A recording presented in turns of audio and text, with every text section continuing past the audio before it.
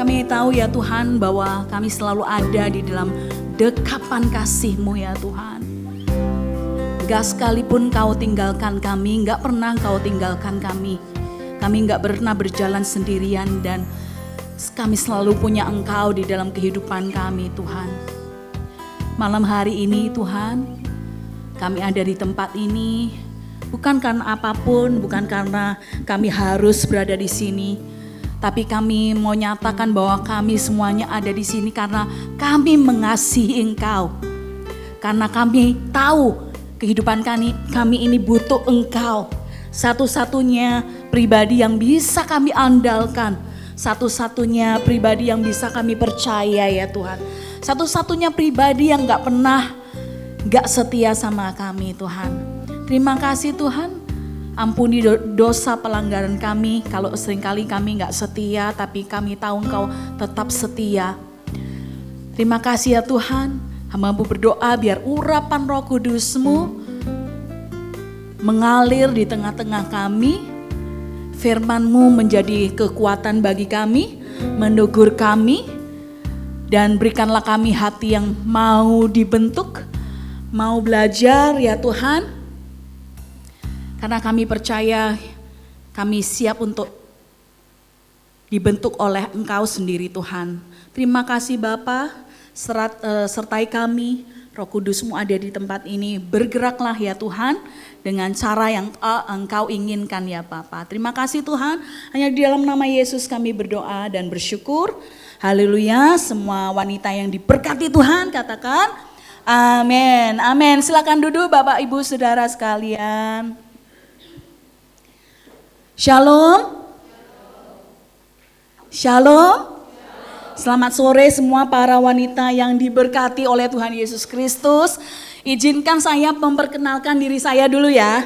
Karena ada pepatah yang bilang kalau enggak kenal maka enggak sayang. Ya, saya pengen ini disayang sama ibu-ibu semuanya di sini ya. Nama saya Jessica Alida Aryani. Saya punya suami satu saja cukup. Belum dikaruniai anak, ibu-ibu ya pernah hamil dan pernah keguguran 2 kali. Dan saat ini kami sedang beriman Tuhan akan kasih momongan pada kami tepat pada waktunya Dia aja. Amin. Dan saat ini saya dipercayakan Tuhan untuk menggembalakan jadi salah satu tim penggembalaan di gereja New Tribe Bali di Mall Bali Galleria. Ya, khususnya saya dipercayakan Tuhan untuk memegang bagian misi. Saya merasa sangat terhormat pada sore hari ini bisa berada di tempat ini di depan ibu-ibu semuanya yang luar biasa ya. Saya ingin mengapresiasi dulu para leader di tempat ini, Ibu Gembala dan Ibu Foni juga Ibu Vanda dan segenap pengurus wanita gereja Elim Tabernakel di tempat ini. Terima kasih untuk undangannya, saya bisa ada di tempat ini. Dan sungguh saya bersuka cita dan siap bersuka cita bersama dengan ibu-ibu semuanya di tempat ini. Amin. Ya, saya di sini bukan untuk menggurui ibu-ibu sekalian, ya bukan sama sekali. Tapi kita mau belajar sama-sama, belajar kebenaran firman Tuhan malam hari ini. Dan saya rindu sekali ibadah ini bukan ibadah rutinitas biasa yang ibu-ibu hadiri, tapi saya pengen ada sesuatu yang bisa ibu bawa pulang dari tempat ini ya. Dan tema yang diberikan kepada saya adalah tetaplah kerjakan keselamatanmu. Ini saya pakai langsung ya. Oh sudah dioperasikan, terima kasih banyak. Temanya adalah tetaplah kerjakan keselamatanmu. Ayat yang saya ambil adalah Filipi 2 ayat 12 sampai 13. Saya minta kita semua menyiapkan hati, menyiapkan pikiran untuk kita bisa flashback, mengingat kembali kehidupan kita, ibu-ibu ya semuanya, supaya kita bisa mengerti apa yang Tuhan mau katakan pada sore malam hari ini. Filipi 2 ayat 12 sampai 13 berkata demikian. Hai saudara-saudaraku yang kekasih, kamu senantiasa taat. Karena itu tetaplah kerjakan keselamatanmu dengan takut dan gentar, Bukan saja seperti waktu aku masih hadir, tetapi terlebih pula sekarang, waktu aku tidak hadir. Karena Allah lah yang mengerjakan di dalam kamu, baik kemauan maupun pekerjaan menurut kerelaannya.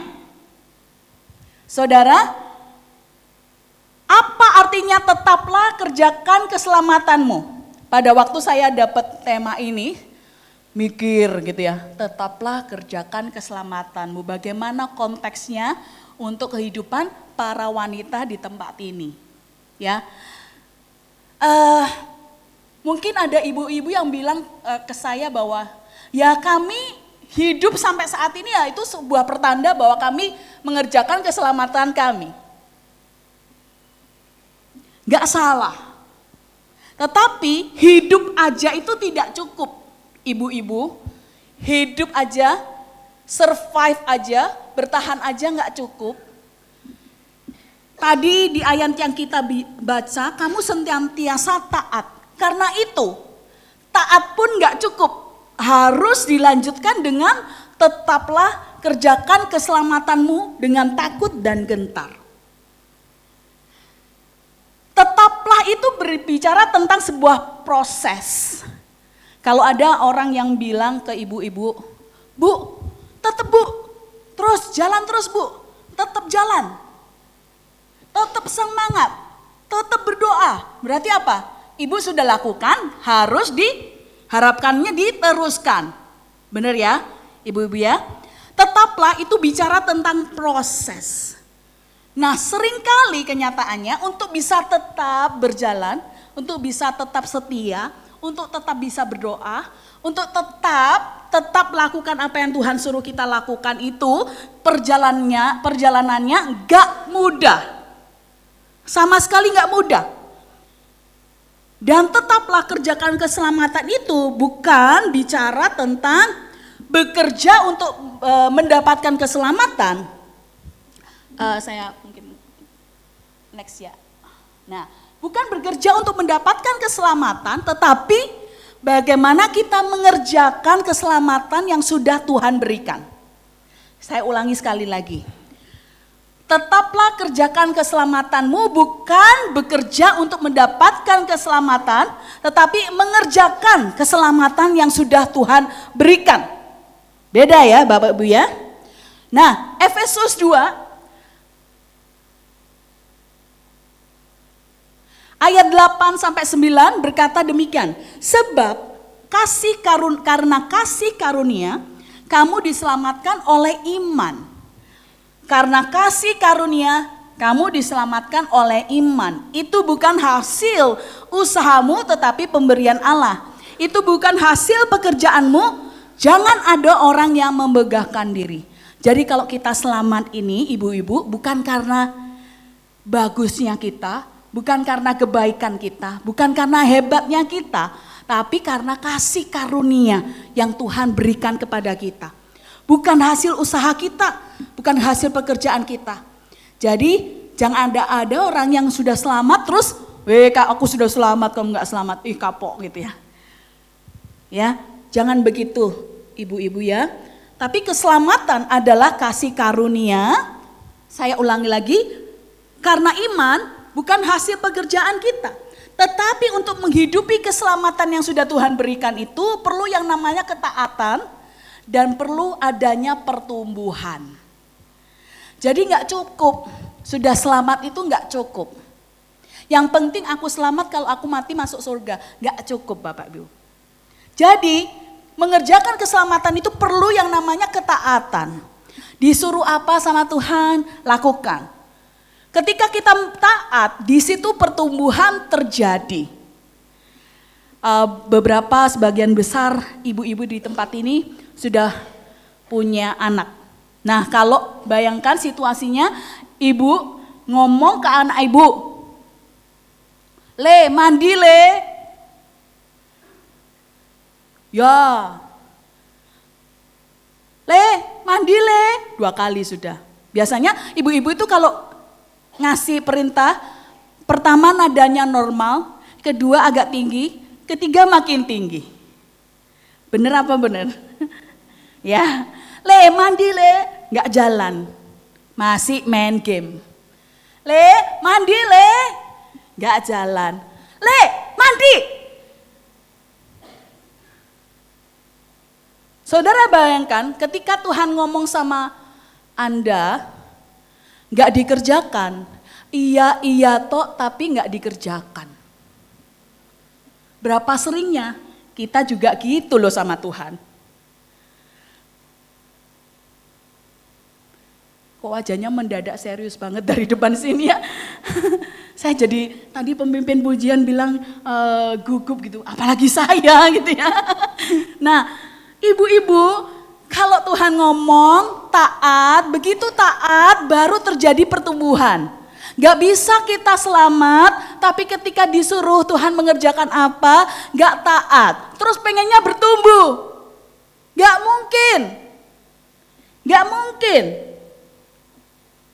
Terus pertanyaannya, saya tahu pertanyaannya, terus gimana bentuknya kita tetap mengerjakan keselamatan kita itu bentuknya gimana, Bu? Ya. Yang pertama, mengerjakan keselamatan walaupun tetap sulit. Teruskan berjalan walaupun keadaannya sulit. Siapa di sini yang pernah mengalami masa-masa sulit dalam hidupnya? Angkat tangan. Boleh turun tangan. Siapa di sini yang saat ini sedang mengalami masa sulit? Terima kasih sudah jujur Ibu. Yang lainnya malu kayaknya. Ya. Rasanya udah mau nyerah. Rasanya udah gak kuat. Sampai kapan Tuhan aku harus kayak gini? Nah, saya ingin bersaksi dulu supaya Anda lebih kenal saya gitu ya. Ibu-ibu, masa muda saya ini ditempa dengan berbagai macam masa sulit. Ya. Saya berasal dari keluarga yang miskin banget. Miskin banget. Sampai untuk makan aja itu saya dan keluarga harus bongkar-bongkar dompet. Siapa tahu ada uang sisa yang terselip di sana. Ya. Terus kalau enggak ada uang sisa, kita keliling rumah cari hiasan dinding yang bisa dijual. Ini beneran. Saya enggak bohong ya. Karena lagi bagi firman kalau bohong ya keterlaluan ya kan. Sampai cari hiasan dinding apa yang bisa dijual untuk beli makan. Satu waktu keluarga kami cuma punya uang 50 perak hanya bisa untuk beli lemet. Siapa yang tahu lemet? Hah? Dari singkong isinya warna coklat gitu karena dimasak pakai gula merah. Nah itulah makanan saya sehari itu. Jual hiasan dinding, harus jualan keliling kompleks rumah, jual roti keju, jual ayam goreng, jual ayam panggang, jualan sirup, jualan es mambo ya. Nah, terus sebelum berangkat ke sekolah, mama saya mengharuskan saya cuci pakaian 2 ember besar. Waktu itu saya masih SMP. Sampai tangan saya ini berdarah-berdarah, terkelupas-kelupas gitu ujungnya. Mungkin ibu-ibu sangat tahu itu ya. Sampai terkelupas-kelupas, harus jemur dulu baju, kemudian ketika pulang sekolah harus angkat jemuran, harus setrika dulu, harus ambil termos es mambo yang tadi dititip-titipkan di warung-warung, itu saya harus ambil balik lagi. Baru pulang. Sampai satu saat saya pikir gini, aku ini mungkin anak angkat kali ya. Kok mamaku sadis banget kayak gini ke aku. Bukan anaknya palingan. Mulai curiga-curiga sama mama saya sendiri. Kok kalau anak sendiri kok tega sih mama ini menggitukan saya gitu. Dibegitukan kok, ya ampun tega banget. Saya sempat berpikir seperti itu. Waktu kami mau makan, datanglah tukang bakso yang datang ke rumah kami mampir, terus dia bilang gini, "Bu, mau kuah bakso enggak, ini jualan ada sisanya nih kuah bakso. Ibu mau enggak? Ya maulah, orang lagi dalam keadaan enggak punya uang untuk beli makanan. Jadi mama saya menyuruh anak-anaknya, kita 6 bersaudara, saya paling tua, disuruhlah pilih. Kamu mau pilih kuah pakai tahu 1, atau kuah pakai bakso 1, atau kuah pakai gorengan 1, pilih mana? Kalau ibu-ibu disuruh pilih mana? Bakso. Memang agak lain saya. Saya pilih gorengan karena bentuknya besar. Kalau bakso tuh kecil, tahu kecil gitu ya. Nasinya belum habis, lauknya pasti sudah habis duluan. Jadi waktu itu pilihan saya tuh gorengan. Makanya ibu-ibu jangan kaget kalau saya tuh sampai sekarang nih suka banget makan namanya bakso. Karena saya utang budi sama tukang bakso itu ya. Dia keliling-keliling mampir rumah saya setiap hari kayak gitu. Setiap hari kayak gitu. Terus waktu demi waktu berlalu, saya pernah naik mobil gak ada kacanya pernah. Saya pernah naik mobil kalau hujan wipernya tuh harus ditarik pakai tali rafia dari dalam. Malunya minta ampun kalau diajak ke mall ya. Parkir di mana nih? Gak ada kacanya, diketawain orang banyak ya. Nah itulah saya. Waktu demi waktu berlalu, saya kemudian sadar bahwa mama saya itu waktu itu sedang mempersiapkan saya ternyata. Karena para mama-mama ini gak selamanya akan ada sama kita. Ternyata saya digembleng begitu rupa supaya pada saat dia gak ada, by the way mama saya sudah dipanggil pulang oleh Tuhan beberapa tahun yang lalu. Dan saya baru merasakan gemblengannya itu terbukti pada waktu dia sudah gak ada. Saya dilatih masa ini pernah ditinggal 3 bulan untuk pelayanan ke Jawa. Waktu itu saya di Manado. Terus saya bingung karena saya ditinggalin adik saya juga. Saya harus ngatur makannya, masak buat makannya, harus ngurus rumah, harus perhatikan sekolahnya. Wah, saya pikir gile bener ya. Ampun dah gitu kan. Nah, tapi sekarang saudara, bapak, ibu-ibu semuanya, saya bisa bertumbuh jadi orang yang kata orang serba bisa. Saya nyetir mobil manual bisa, nyetir mobil matic bisa, nyetir Pregio yang besar itu bisa, cuma belum bisa nyetir truk sama bus. Saya jadi orang yang mandiri, yang peka sekali sama orang yang gak bisa makan. Mungkin itu alasannya saya fokusnya di bidang misi. Karena saya pernah ngalami gak bisa makan, bisa kasih makan orang. Saat ini saya juga punya bisnis makanan dan snack sendiri yang saya jalankan. Semua itu dari mana? Kalau keadaan sulit, kita gak bisa menerima, kita gak bisa ambil pelajarannya dari sana, gak akan jadi apa-apa.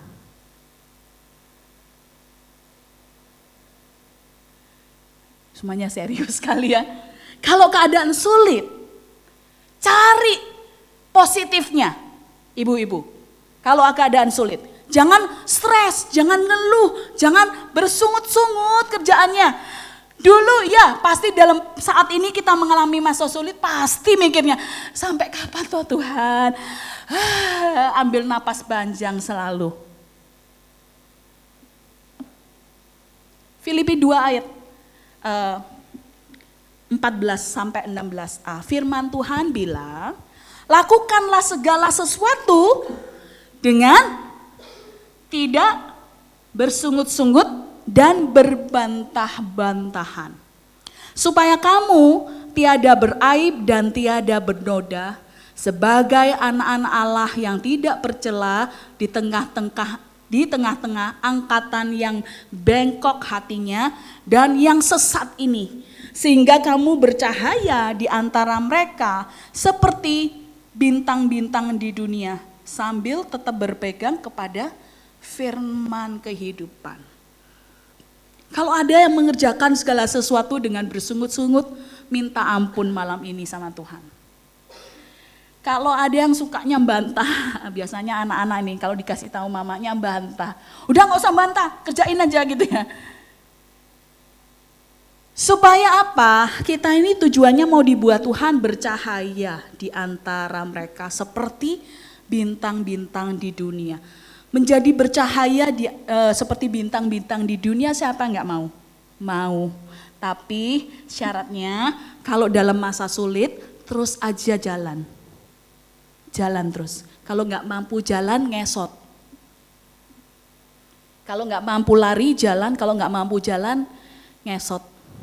Yang penting ada progres dalam kehidupan kita. Jangan diam di tempat. Ya, itu artinya mengerjakan keselamatan kita. Galatia 6 ayat 9. Janganlah kita jemu-jemu berbuat baik.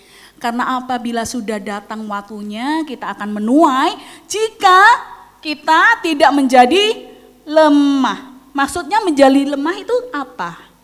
Kata-kata seperti ini.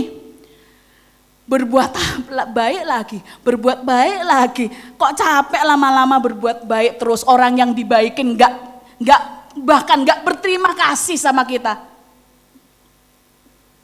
Berbuat baik lagi. Nah, perintahnya gitu. Janganlah kita jemu-jemu berbuat baik. Kalau kita nggak menjadi lemah. Kadang capek nggak sih berbuat baik, ibu-ibu? Hah? Di sini pasti nggak ada yang capek berbuat baik ya. Adanya di luar sana. Saya berdoanya gitu. Supaya di sini nggak ada yang jemu berbuat baik. Yang jemu berbuat baik itu orang yang di luar sana saja. Nah, ibu-ibu, keadaan sulit, jemu berbuat baik, tantangannya apa? Tantangan yang dihadapi wanita. Coba ya, direfleksikan ke kehidupan ibu-ibu semua ya. Yang pertama, kelelahan emosional. Baik karena keluarga, baik karena pekerjaan atau karena pelayanan. Kelelahan emosional. Gak usah angkat tangan di sini yang lelah emosional. Tapi seringkali kata-kata yang keluar, capek aku. Lelah kali, gitu ya.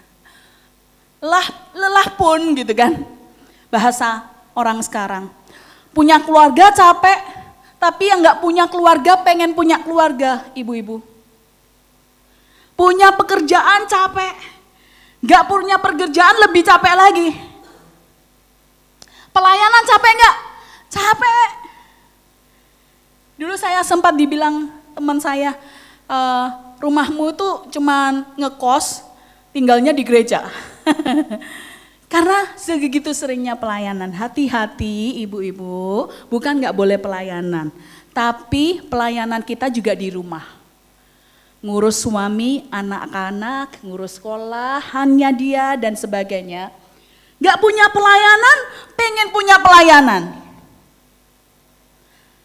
Yang harus kita perhatikan adalah pastikan di dalam semua season ini, lagi punya keluarga, gak punya keluarga, lagi punya pekerjaan, lagi gak punya pekerjaan, lagi punya pelayanan, gak punya pelayanan, pastikan ibu-ibu ini fokusnya sama Tuhan aja. Maksudnya gimana? Bersyukur. Bersyukur punya keluarga, bersyukur punya kerjaan. Kalau kerjaan capek mulu, nanti berkatnya diambil sama Tuhan, ditutup pintu berkatnya. Beberapa waktu terakhir ini saya dalam tanda kutip kebanjiran ordernya. Sering banget orang itu pesen nasi tumpeng sama saya. Sampai ini barusan hari ini nasi tumpeng, besok ada pesen. Jadi kayak aduh kok capek ya, kok enggak ada napasnya gitu, harus bikin lagi.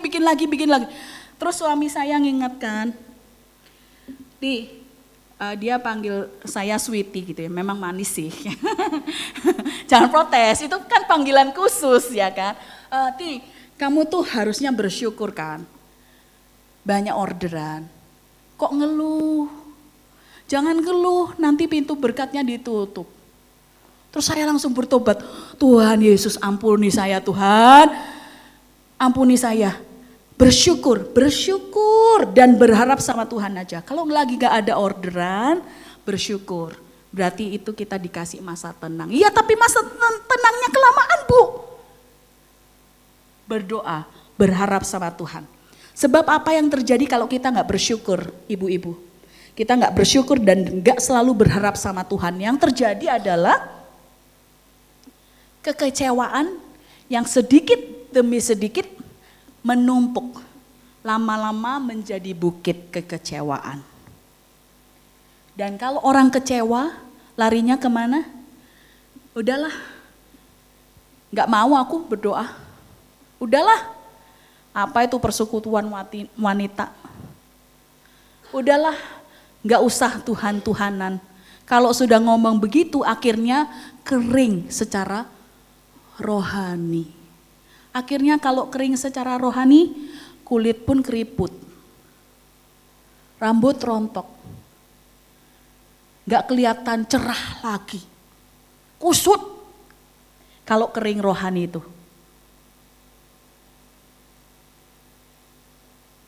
Nangkep ya ibu-ibu ya. Efeknya tuh banyak.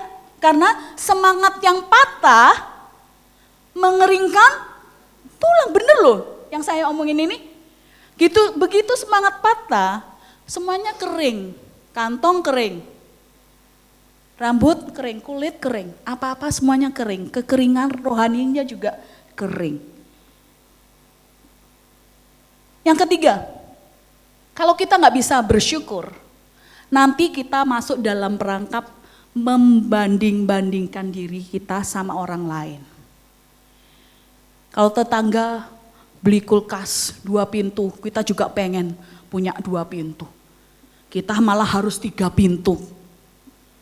Kalau tetangga beli 2 pintu, kita pengen 3 pintu, bila perlu 4 pintu. Kalau tetangga beli mobil, ayo memacu diri sendiri, aku juga harus punya mobil, salah enggak? Enggak salah. Enggak salah. Tapi yang salah ketika kita sudah terus-menerus stylenya membandingkan diri dengan orang lain. Karena tiap-tiap orang punya porsi berkatnya masing-masing. Belum lagi keraguan diri sendiri, meragukan diri sendiri. Bisa gak ya aku ya? Bisa gak ya? Tuhan bilang aku harus jalan, coba ini. Ya masa bisa orang aku gak punya A. Orang aku gak punya B, resourcesku kurang, uangku lo gak ada. Meragukan Tuhan dan meragukan diri sendiri. Terus berjalan ketika situasi sulit, itu cara mengerjakan keselamatan kita yang pertama. Yang kedua, melatih disiplin rohani. Nah ini namanya PR. Karena sangat super duper sulit. Coba saya tanya yang pertama aja dulu. Doa, siapa nggak pernah bolong berdoa? Boleh angkat tangan? Siapa yang nggak pernah bolong berdoa? Semuanya pernah bolong? Atau bolong terus? Udah 2 bulan bolong. Jujur ya sama Tuhan ya, karena Tuhan tuh mengetahui segala sesuatu, nggak ada yang tersembunyi di hadapan Tuhan. Ini kenapa seringkali kita tidak mengerjakan keselamatan kita dengan takut dan gentar. Kata firman Tuhan, bisakah kamu berjaga-jaga denganku 1 jam aja? Tapi 1 jam itu pun sulit. Karena pas bangun udah mikir nyiapin untuk anak sekolah. Bekalnya, suami mau berangkat kerja, terus belum lagi undangan party-party dari WA grup, gitu ya. Jawab WA itu, makanya saya balik handphone saya, ya, supaya nggak terganggu kalau ada WhatsApp masuk. Kadang kita baru mau berdoa, ting, aduh, dijawab dulu nggak ya? Dijawab apa berdoa dulu ya? Aduh, jangan-jangan penting, jangan ini orderan nih. Ini jangan-jangan pesanan gitu ya. Terus kita buka, ya udah Tuhan kan mengerti isi hati kita. Terus kita buka lah WhatsApp, ting gitu ya. Terus kita terlibat dalam pembicaraan lama, waktunya jemput anak. Jemputlah anak. Kembali gitu lagi, anak PR-nya apa nak? Ini kerjain. Sibuk sekali, sibuk banget kita. Sampai kita lupa bahwa kekuatan kita untuk menjalani satu hari aja itu dari Tuhan. Tapi Tuhannya nggak pernah diajak ngomong. Kayak mana no? Kita pikir kita bisa semuanya, aku sehat kok, aku bisa jalani semuanya. Ayo, superwoman semuanya. Wanita itu sangat gampang jatuh dalam perangkap menyebut dirinya superwoman. Nyetir bisa, nganter anak ayo, jemput anak, cari duit. Oh apalagi gitu ya, paling hobi cari duit kan gitu. Gak ada berhentinya sama sekali. Doa aja gak sempat, apalagi yang namanya baca firman.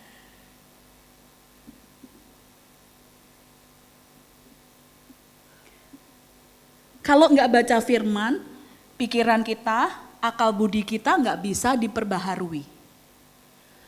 Dari dulu, sekarang, dan selama-lamanya gitu aja mau mikirnya. Coba yuk dibaca yuk, dibuka Alkitabnya atau Alkitabnya. 1 Tesalonika 5 ayat 17. Siapa yang bisa bacakan buat kita semuanya dengan suara yang keras? 1 Tesalonika 5 ayat 17, boleh dibacakan? 1 Tesalonika 5 ayat 17, ya. Tetaplah berdoa. Simpel ya, cuman 2 kata, tapi itu sulit banget kita kerjakan. Saya pun gitu, saya bukan bicara di depan sini terus saya doanya gak pernah bolong, baca firmannya gak pernah bolong, enggak. Roma 12 ayat 2, tolong dibacakan supaya kita ngerti. Roma 12 ayat 2. Janganlah kamu menjadi serupa dengan dunia ini, tetapi berubahlah oleh pembaharuan budimu, sehingga kamu dapat membedakan manakah kehendak Allah, apa yang baik, yang berkenan kepada Allah, dan yang sempurna. Ibu-ibu, bagaimana kita bisa tahu kehendak Allah kalau kita nggak pernah baca Alkitab? Gak mungkin kita bisa tahu kehendak Allah. Nanti kehendak kita sendiri. Kita inginnya bernubuat, akhirnya jadi lu buat-buat. Gak bisa, sumbernya dari mana? Dari firman Tuhan. Makanya baca firman Tuhan. Waktunya gak ada, Pastor. Kapan waktu Anda bisa sendiri? Nah, saya akhir-akhir itu sering banget bangunnya itu jam 4. Saya tengok ke kiri, suami saya masih tidur, kok enak banget tidurnya. Tapi saya baca bahwa kalau Tuhan bangunkan kita di jam-jam yang tidak umum seperti itu, biasanya Tuhan mau kita berdoa. Tuhan mau kita berdoa. Berdoa untuk siapa? Berdoa untuk keluargamu terlebih dahulu. Berdoa untuk pekerjaanmu, berdoa untuk pelayananmu, berdoa untuk orang-orang yang Tuhan munculkan wajahnya di pikiran Anda waktu Anda sedang berdoa. Mungkin Anda gak tahu kenapa kita harus doain dia, kenapa aku harus doain dia, gak tahu, tapi Tuhan tahu dia lagi butuh apa. Ada yang pernah mengalami seperti itu? Muncul wajahnya siapa di dalam waktu-waktu doa Anda, itu bukan main-main. Teman-teman semuanya, ibu-ibu semua, doakan aja. Gak tahu mau doa apa, yang penting doakan, sebut namanya di dalam doamu. Yang kedua, berikutnya persekutuan. Nah, banyak sekali cobaannya, ujiannya ketika kita mau datang ke persekutuan. Saya bersyukur hari ini di tengah-tengah kesibukan ibu-ibu semuanya, ibu-ibu memutuskan untuk datang ke persekutuan di tempat ini. Jangan menjauhkan diri dari pertemuan-pertemuan ibadah, kata firman Tuhan ya. Karena pertemuan ibadah itu kita mendapatkan kekuatan, kita bisa sharing satu sama lain mendapatkan kekuatan, kita bisa berdoa bersama, kita bisa mendapatkan firman Tuhan untuk bekal kita menjalani hari-hari kita. Yang berikutnya, ketaatan. Disiplin rohani yang berikutnya adalah ketaatan. Ibu bisa tolong bacakan Yakobus 1 ayat 22, Bu. Yakobus 1 ayat 22. Tetapi hendaklah kamu menjadi pelaku firman dan bukan hanya pendengar saja. Sebab jika tidak demikian, kamu menipu diri sendiri. Ya, siapa di sini yang rindu menjadi pelaku firman bukan pendengar aja?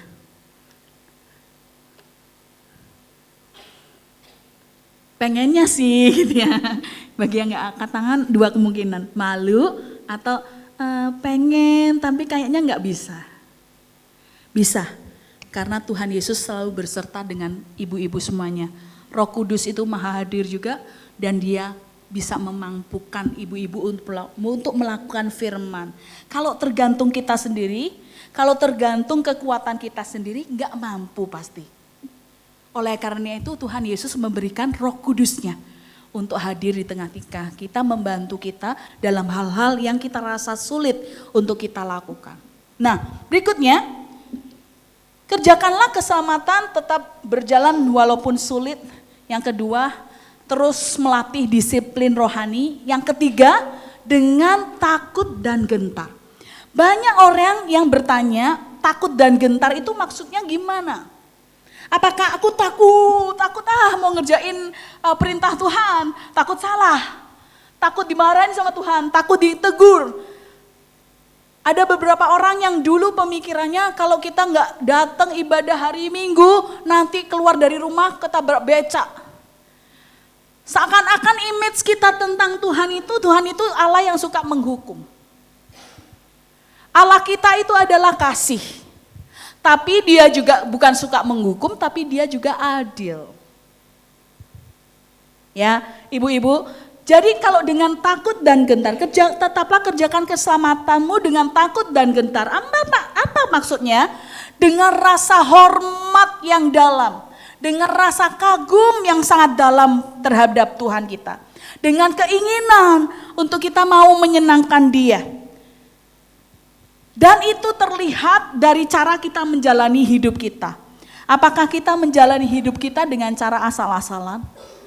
Apakah kita memberi kepada Tuhan dengan cara yang asal-asalan? Apakah kita menghargai kehidupan kita ini sebagai pemberian Tuhan? Atau kesempatan kedua dari Tuhan kita? Atau kita take it for granted? Ya udahlah, yang penting udah hidup, jalanin aja lah apa adanya lah. Apa adanya.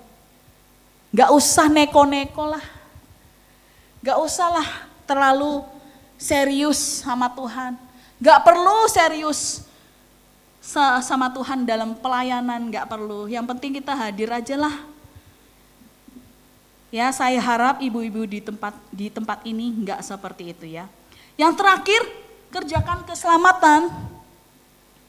Percaya kepada Tuhan yang akan menyelesaikan pekerjaannya. Nah, salah atau enggak kalau kita memulai sesuatu, tapi kita enggak yakin bisa menyelesaikannya? Salahkah kita memulai sesuatu tapi kita enggak yakin nih saat ini bahwa kita bisa menyelesaikannya? Salah enggak? Enggak salah, itu manusiawi sekali. Bahkan saya pun sering merasa seperti itu. Aku mulai pelayanan A di desa A. Ini bisa enggak ya konsistennya terus menerus melakukan ini, bisa enggak ya? Aku gak yakin bisa. Enggak apa-apa saudara.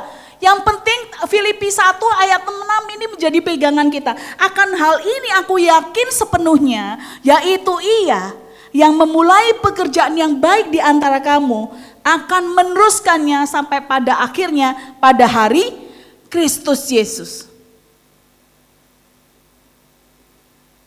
Jadi kalau hari ini Anda masih menghadapi pergumulan, masih ada keraguan di hati Anda, jangan menyerah. Jangan menyerah. Tetap kerjakan apa yang harus Anda kerjakan. Gak apa-apa kalau Anda belum tahu semuanya. Gak apa-apa kok kalau Anda belum punya semuanya. Gak apa-apa kalau Anda belum ngerti semuanya. Ingat, Allah bekerja dalam segala hal untuk mendatangkan kebaikan bagi orang-orang yang mengasihi Dia. Artinya apa? Kalau belum berakhir dengan baik berarti itu belum akhirnya. Karena akhirnya pasti kebaikan buat kita. Amin. Allah turut bekerja untuk mendatangkan kebaikan buat kita. Kalau belum baik berarti belum berakhir. Kita harus belajar pegang janji Tuhan ini. God is not finished with you. Tuhan itu belum selesai karyanya di dalam kehidupan Anda. Dan oke banget kalau Anda saat ini gak ngerti semuanya. Ya ibu-ibu, saat pagi hari saya usul nih. Kalau saya lebih suka pagi hari karena setelah pagi hari itu selesai lewat udah sibuk sampai malam nanti ya. Saat pagi hari ketika suami, anak-anak, semua orang masih tidur, Anda bangun, berdoa, ambil waktu berdoa sama Tuhan dan dengarkan. Karena pada saat semua masih tidur itu gak ada keributan di dalam rumah. Dengerin, belajar dengarkan apa yang Tuhan katakan sama Anda. Dan selalu katakan ya Tuhan. Pada apa yang Tuhan katakan bagi kita. Walaupun kita gak ngerti gimana caranya, iyain aja dulu. Iyain aja dulu. Kalau kita iya sama Tuhan, Tuhan kasih hikmat gimana cara menjalankannya. Kalau kita iya sama Tuhan, Tuhan aktifkan Roh Kudusnya, kita aktifkan Roh Kudus, malaikat di sekeliling kita supaya bisa melakukan apa yang Tuhan katakan sama kita. Keep saying yes to God, gak sekali-sekali, tapi kalau bisa tiap hari katakan ya Tuhan. Tuhan, kamu mau ngomong apa sama aku hari ini? Terus kalau Tuhan ngomong, yes Lord, ya Tuhan, aku mau, ini aku, pakai aku. Jangan ini aku utus dia aja Tuhan. Gak mau diutus sama Tuhan ya. Katakan ya sama Tuhan setiap hari. Nah kalau hari-hari Tuhan gak ngomong sama saya gimana Bu? Tuhan gak ngomong atau kita yang gak mau dengar? Ada bedanya, banyak itu bedanya ya ibu-ibu ya. Tuhan itu selalu suka ngomong sama kita. Karena seperti Daud itu dikatakan sahabatnya Allah. Kalau sahabat pasti kan cerita semua. Apa yang orang lain gak tahu kita tahu. Harusnya kalau kita sedekat itu sama Tuhan, Tuhan akan curahkan semua isi hatinya sama kita. Gak ada yang tersembunyi. Ya. Kesimpulan malam hari ini, ibu-ibu semuanya, keep saying yes to God daily. Terus kesimpulan, jangan berhenti bertumbuh. Kadang alasannya aku sudah tua, udahlah gini aja. Jangan berhenti bertumbuh, jangan berhenti berdoa, jangan berhenti percaya. Dengarkan apa yang Tuhan katakan dan kerjakan apa yang sudah Tuhan mulai dengan sepenuh hati. Mari kita bangkit berdiri, saya rindu mendoakan ibu-ibu sekalian. Kalau ada ibu-ibu di sini yang tadi saya tanya sedang menghadapi masa-masa sulit. Angkat tanganmu, buka hatimu di hadapan Tuhan. Saya ingin berdoa buat ibu-ibu semuanya. Kalau ada yang hari ini kehidupan doanya udah jauh, udah gak pernah berdoa lagi. Kehidupan baca firman-Nya, bolong-bolongnya dan bolong-bolongnya sering banget. Angkat tanganmu dan buka hatimu. Saya pengen berdoa buat ibu-ibu semuanya. Siapa yang di sini mungkin ada yang melakukan segala sesuatu, bersungut-sungut. Seakan-akan bersungut-sungut itu hal yang biasa dalam hidup ibu-ibu.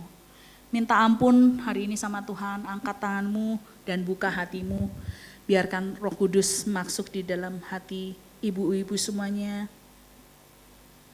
Kalau di sini ada yang kekecewaannya menumpuk dan berasa kering secara rohani. Yuk kembali kepada Tuhan. Buka hatimu di hadapan Tuhan. Kalau ada yang suka membanding-bandingkan diri sama orang lain, minta ampun sama Tuhan. Dan kembalilah kepada Tuhan. Tuhan mau kita hari ini memperbaharui komitmen kita sama Tuhan. Kerjakanlah keselamatanmu bukan perkara yang mudah, tapi juga bukan perkara yang mustahil bersama dengan Tuhan kita. Kalau Dia memberi perintah, Dia juga yang akan memberi kekuatan kepada kita untuk melakukannya. Terus latih disiplin rohanimu dan percaya bahwa dalam segala sesuatu Tuhan pasti bekerja untuk mendatangkan kebaikan bagi kita semuanya. Boleh kita nyanyikan lagu sebelum firman tadi sekali lagi?